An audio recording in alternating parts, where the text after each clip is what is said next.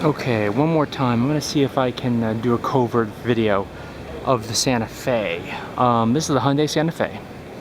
And in the light of recent product releases by the Ford Edge and the upcoming Mitsubishi Outlander and the new Volkswagen Golf Wagon, as well as the Subaru Outback, one question would be, is this vehicle, after 3 years it's been released, still relevant?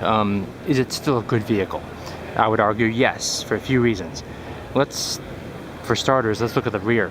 Like BMW, it has a dual tip exhaust off to one side. I think BMW puts it off to the left. Hyundai puts it off to the right. Doesn't matter. Dual tip exhaust off to one side is really classy. It's also pretty serious. I like it a lot. This year, 2016, the Santa Fe is marketing its all-wheel drive as ultimate all-wheel drive. Not quite sure what that means. I assume that means that it uses a Haldex all-wheel drive system. Haldex is a Swedish company. They supply all-wheel drive systems to Volvo, GM, Ford, Volkswagen, and Toyota. They're a very good system. One thing that the Santa Fe did before most other car makers was to reprise the grille in the back. There's no real good reason to have a simulated grille in the back of the car, but Hyundai did it first, and now everyone is following. All right, it's a really beautiful vehicle. The five-seater Santa Fe is about 4,000 pounds. Actually, it's about, I take that back. It's about 3,500 pounds, so it's about 500 pounds lighter than the Subaru Tribeca. But in terms of dimensions, it's about exactly the same. At about 110 inches long, about 70 inches wide, and the standard 66 inches in height. And so, I'm going to switch to the 7-seater interior because that has its electronics turned on, and I can show you a little bit of what I found inside.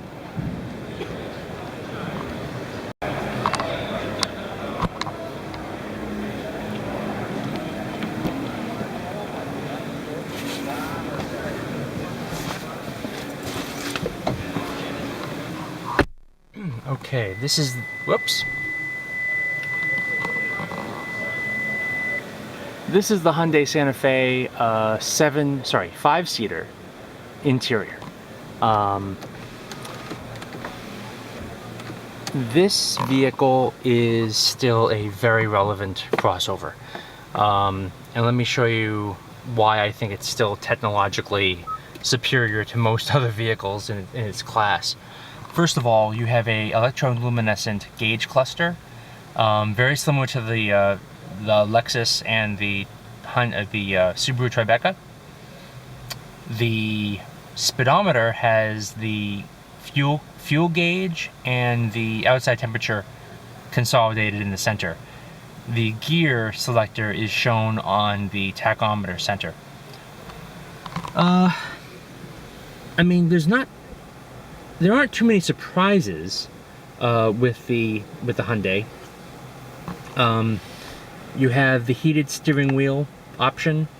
You can lock 4-wheel drive right here. This apparently turns on the polarized AC outlet in the back, and it also has an eco mode. Well, the heated steering wheel is going to get hot real quick. I'm going to turn that off. Steering wheel, very similar to the Hyundai Genesis Coupe and Sedan. You have the cruise control, and you can incrementally increase the speed or decrease the speed with just a few taps of your thumb. Same thing with the volume control. You can increase or decrease volume with your thumb. Phone controls are here, and your display options are here. I'm now realizing that all cars have this now. This is like a back button, and this is a menu button. So I'm going to jump right in and let's find out what that menu button does. The menu button Shows you your range with your current amount of fuel. It shows you your radio station, your compass, service messages, service indication, and then your customized settings for your door locks, your lights, and your service intervals. I would certainly put in, 3,000 miles for oil changes, that sort of thing. Now, we're going to switch to satellite radio because this is where the action is. What I really like about the Santa Fe infotainment system is that, sort of like the Infiniti cars of 10 years ago, it puts the most important buttons towards you in a mock shelf, and it puts the volume control dead center. Obviously, the Subaru Tribeca did the exact same thing. So, satellite, I'm going to choose channel 33, or 80s on 8. Why not 80s on 8? Oh, heck no. Heck no. Not Santana. Channel 33 is first wave. You got the Bengals. Alright. So, volume control is dead center. And then around that button, you have your satellite button, your media, if you want to input music from a iPhone or a USB drive, your Seek button, AM, FM, your Tune button, if you know what channel you want to go to. I'm not quite sure what Enter does yet. But that's a really good system. And then below that, you have a cluster for climate. Recycled air, fresh air, a rear fan, air conditioner, rear defrost, front defrost. And then you have a climate setting. Well, actually I want to turn that off, don't I? Okay. There's your fan. I can turn that off. I want the climate completely off, man. How do you turn off? I want to turn it off. Well, it's off. The driver temperature is set to 73. Wow, okay. This thing's gonna run out of power soon. Let's see, Paula would want her side to be 80 degrees.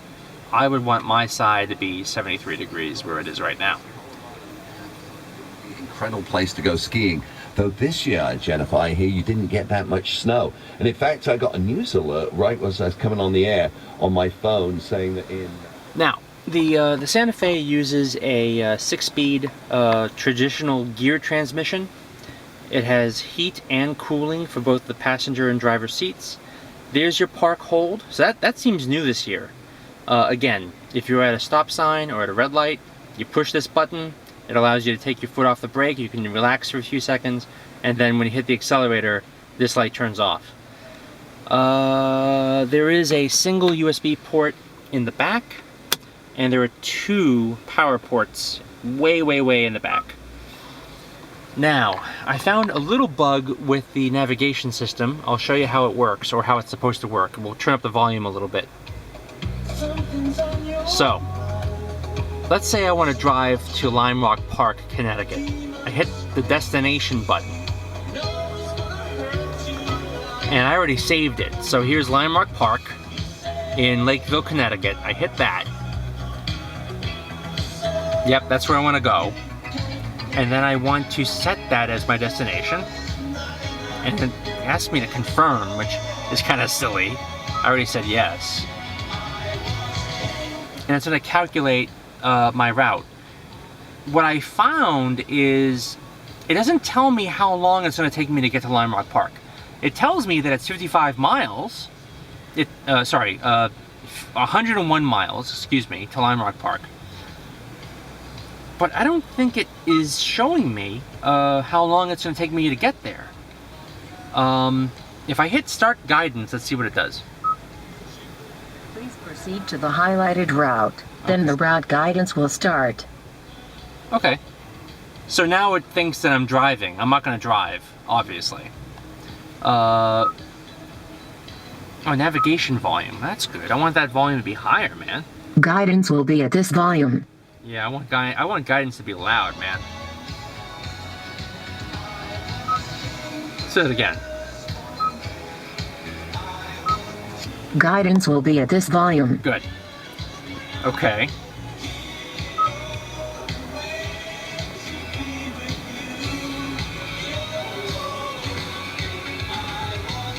So okay. So it thinks that I'm driving at this point. I'm facing south according to this map. I would want to turn around and go north on Route 9. This is not bad, but obviously Garmin navigation systems are better. Faster, certainly, and it has better voice options. Again, this is not bad. There's a clock option, apparently. If I press and hold that, can I set the clock? Yes, I can. Let's see. It is, oh, come on. I can change the time, right? Well, daylight savings time is definitely on. But it is not 9:30 p.m. a.m. But in any case, this is the system, and I think it's pretty good. It is certainly responsive, and it didn't have the bugs that I encountered earlier. So, this is the 2015 Hyundai Santa Fe, still made in Alabama. It is a really beautiful, plush place to be. And like the Tribeca, it's got some toys. It has definite value there. No, I like it. Let's see how much I can dim the display. It's at nighttime. I want to dim the illumination to 0, minimum. It doesn't seem like I dimmed it at all. All right, let's increase it because obviously nothing happened there. Oh, I like it. I would still recommend this car with a 2-liter turbo engine.